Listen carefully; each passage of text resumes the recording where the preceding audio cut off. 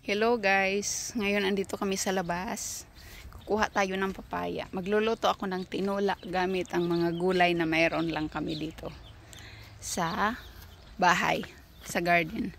So ngayon kukuha tayo ng papaya. Ayan.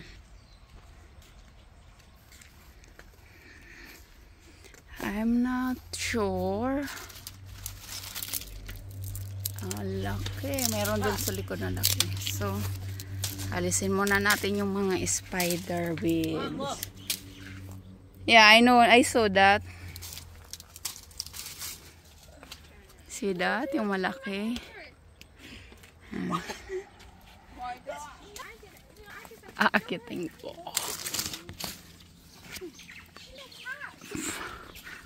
See that? Super lucky. Aj, get this please. Here. Super laki. Meron pa. Maliit. Wala nang ganong kalaki. Maliit na yung iba.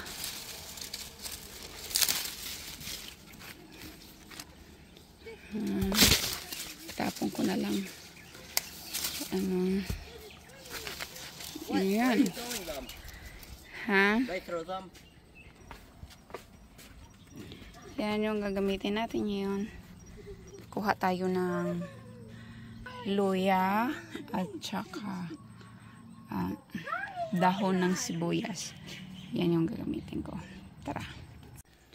Ito yung aking luya. Alisin muna natin yung damo. Yan.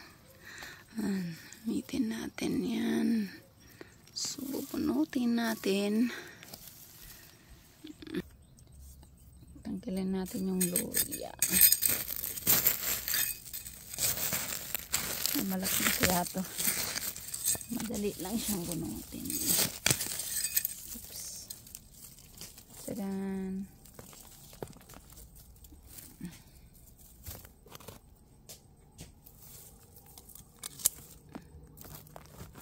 Ito siya.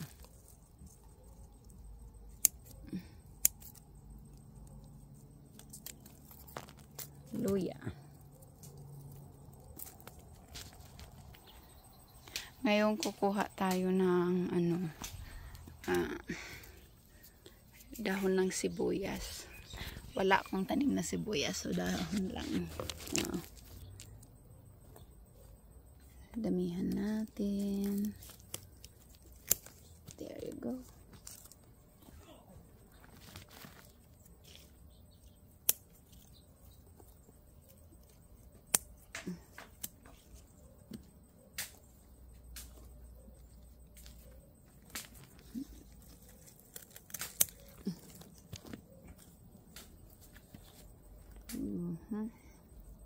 Yung dahon ng sibuyas.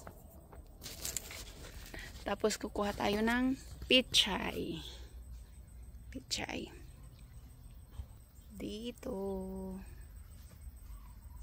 At ito na yung pakinabang ng pichay ko. Maghahalog-hug ako ng pichay. Piliin ko yung malaki. Yung medyo malaki-laki. Yan. Kala nyo din namin maubos yung pichay, no? Sobrang dami. Ngayon paubos na. Sige. Sige yung kuha ko. Kasi paborito ko nga. Yan. Yan. Hanap ako ng pichay. Gonna remove this. And give me the white container. Yep, please.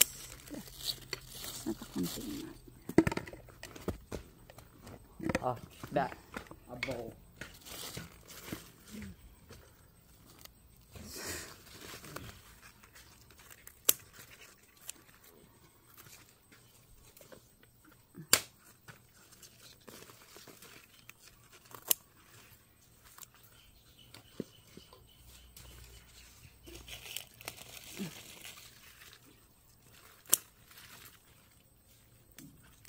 There.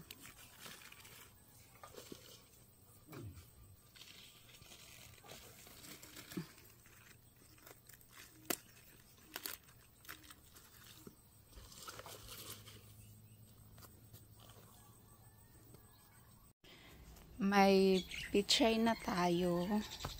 Ayan. Anong pichay? Kukuha tayo ng beans. Ayan. Madami akong beans.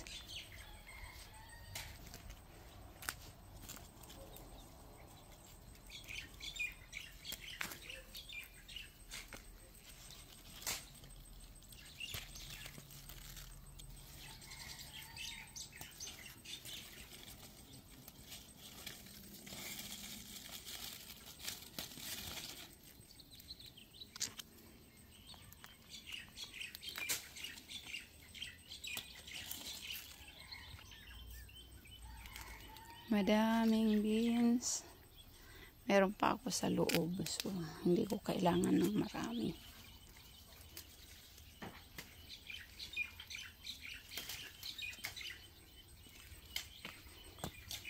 Teka lang. Beans. Diba? Yan. Subukan natin luto lang gamit yung masarap magtanim, no? Yung fresh yung makakain mo kasi hindi mo na kailangan pumuntang palengke, sa garden na lang. So ayan, luto na tayo. Tinola. Ito yung gulay. Sibuyas. It's done.